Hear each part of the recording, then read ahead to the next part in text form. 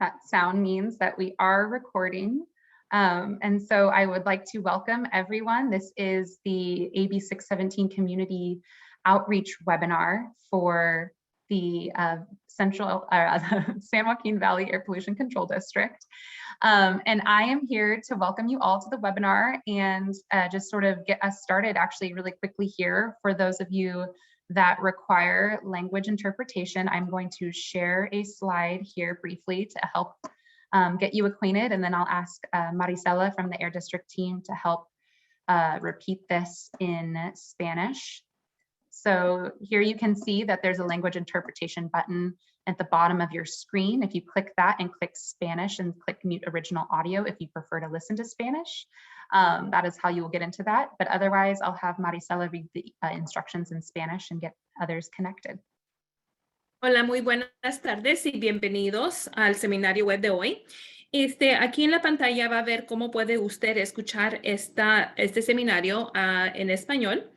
Simplemente va a buscar el logotipo abajo de su pantalla y dice, es un globo o el mundo, y luego dice Interpretation. Va a querer seleccionar el idioma español, Spanish, y luego aparte de eso va a querer también oprimir el botón que dice Mute Original Audio. Eso significa silenciar audio original. Así no va a ir dos voces, simplemente va a escuchar el español.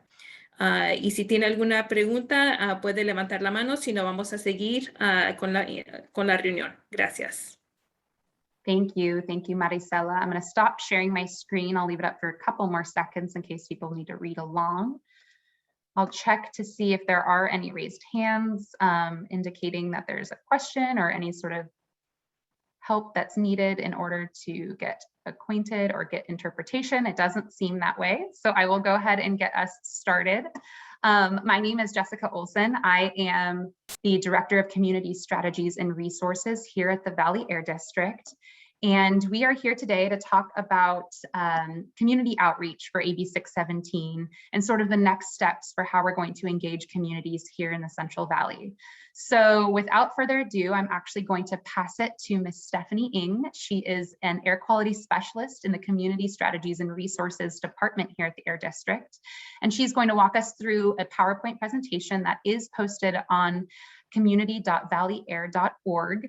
And after the presentation is complete, we will ask folks to raise their hands or email ab617@valleyair.org with any questions or comments. So with that, I will share my screen and I will pass it to Stephanie.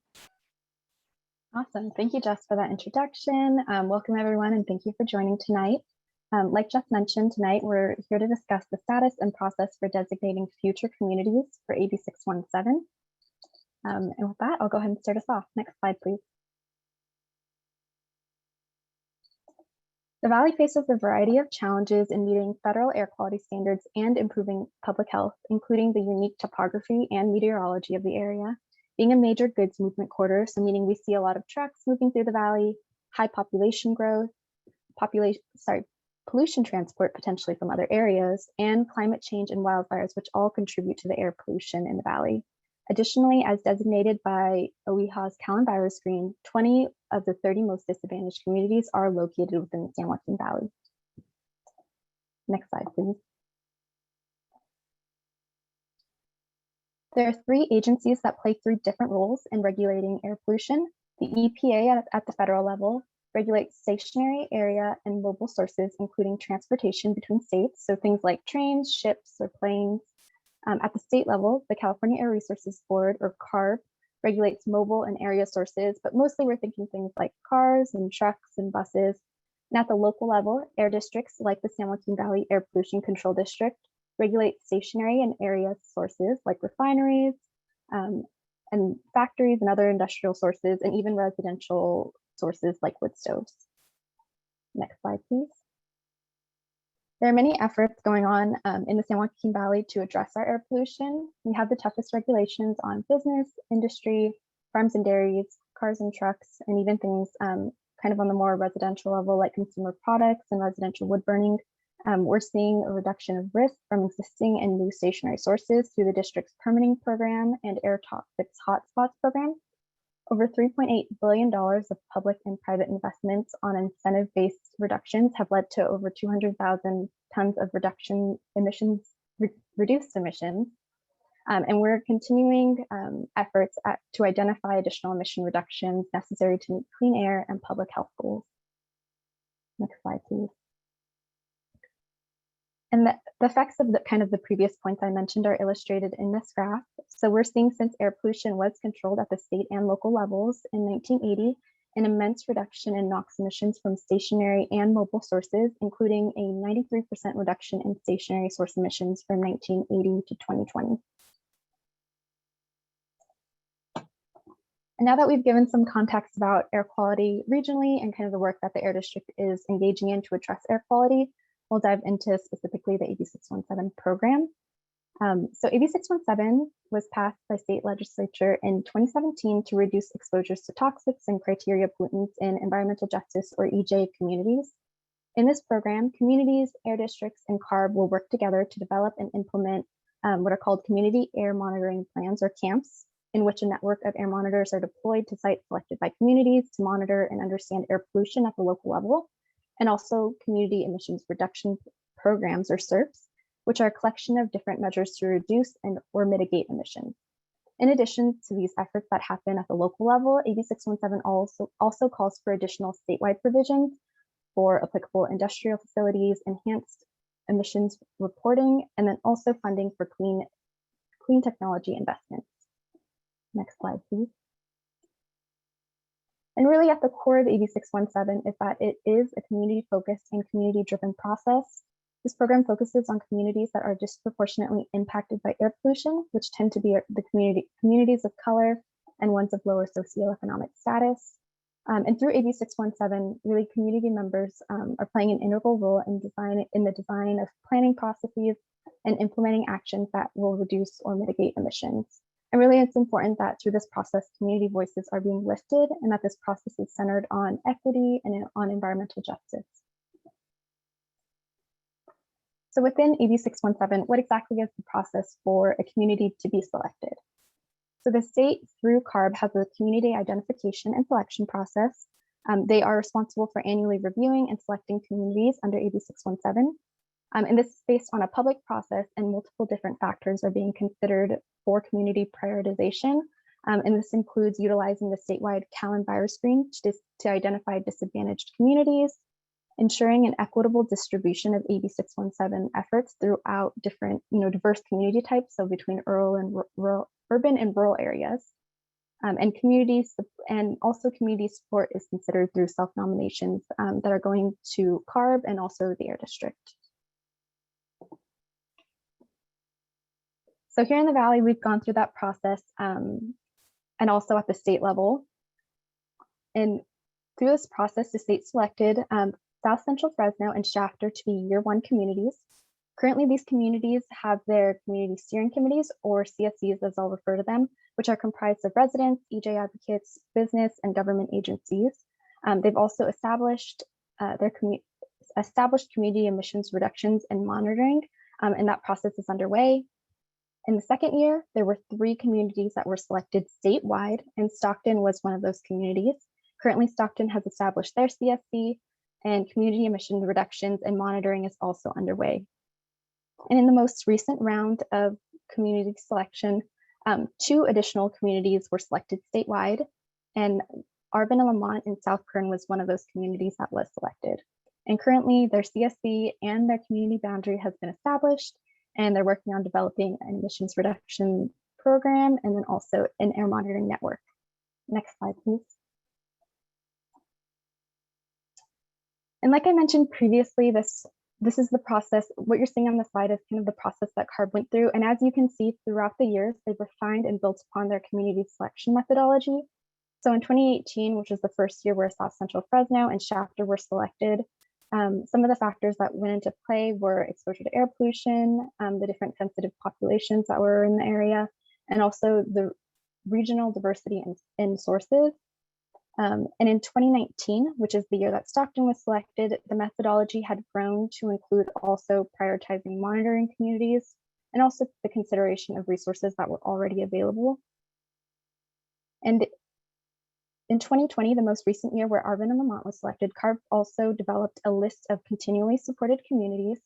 And kind of moving forward in 2021, CARB is focusing attention and action to all communities. In the next few slides, we'll discuss how to follow up with CARB if you have any questions about this process. And as I mentioned from the 2020 community selection methodology, one of the additions was this list of continually supported communities that CARB developed. And two communities that are in the San Joaquin Valley are La Vina and Madera, both of which are in Madera County. Next slide, please. And for this year, CARB has released a process by which they'll select communities for year 4. The process has been underway already, and they will continue within kind of these next few months to work on draft recommendations. And at the beginning of next year, we'll plan to see a staff report. And in February of 2020, the CARB board will consider new communities. And if you have any questions on CARB's community identification selection process, we have added links and then also an email you can reach out to.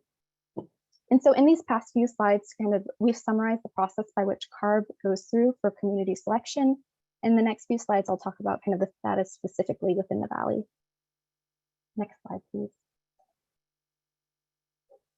And so in terms of our next step for engaging community, one role the Air District does play is providing recommendations for communities to CARB. And we actually have no formal recommendation for year 4. And that's because since 2017, we've seen no increase in annual implementation and incentive funds, even with the increase in community that we've had over these past 3 years. And ongoing state supporting funds are not guaranteed. All that said, consistent with CARB's guidance, we do want to take this time to broaden capacity building and support disadvantaged communities very generally. Next slide, please. And so we do want to provide and extend opportunities for more communities to become involved in AB 617 efforts. And so we'll be extending community selection to 2022. Currently, so the kind of ongoing opportunities we do have in the meantime in 2021 is we'll continue to implement existing SERPs and camps in our four communities currently. We're implementing over 130 measures and networks of community monitors across 3 communities. So again, that's South Central Fresno, Shafter, and Stockton. And we're working to develop a SERP and camp in Arvin, Lamont. And then also throughout this time, what we really want to do is increase the readiness of communities to be able to participate productively through this process. And this is going to happen through increased outreach and educational training. We also want to build and strengthen community relationships. And we'll also, of course, continue to pursue funding opportunities for Valley communities and support communities through air grant applications. And through these efforts, we hope to get the involvement of communities that are specifically interested in AB 617 and that process, and also others that would generally benefit from community level clean air efforts. Next slide, please.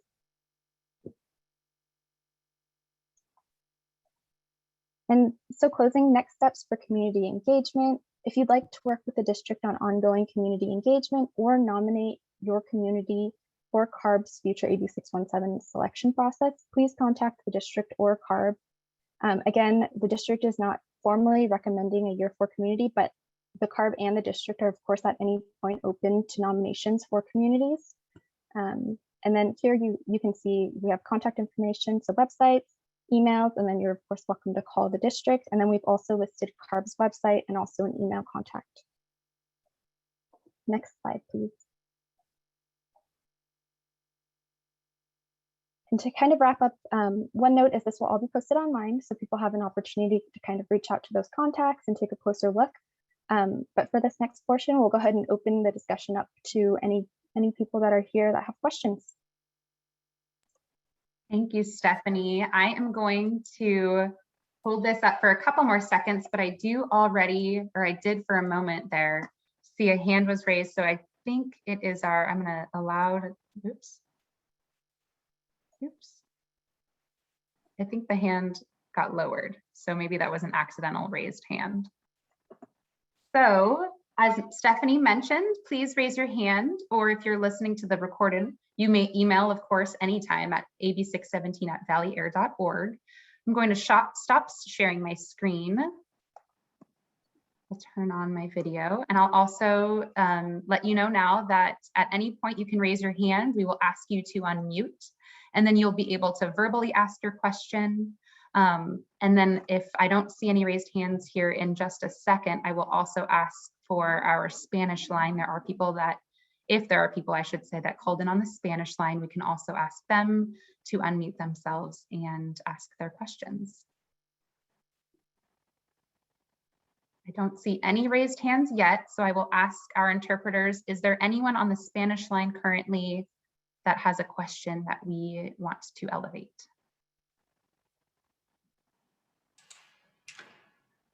We have not had anybody request to ask questions. Thank you, Raina. Well, thank you all for being here. We'll stay on a couple more minutes just to see if there's any lingering questions. I will once again just briefly share my screen just to show folks how to unmute themselves, and also remind those that are watching this recording that this is the email that you can email and reach out to us at any time. I will also let you know that the way that you found out about this webinar also included a link to community.valleyair.org/community-identification. You can also get through our main community.valleyair.org website. And on that website, you can also find out how to contact us. So there are many opportunities, not only to see the presentation, to see the recording, but then also to submit any questions or comments.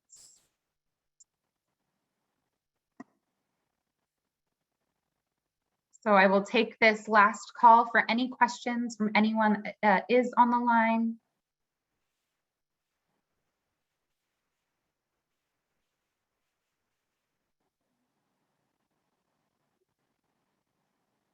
Okay.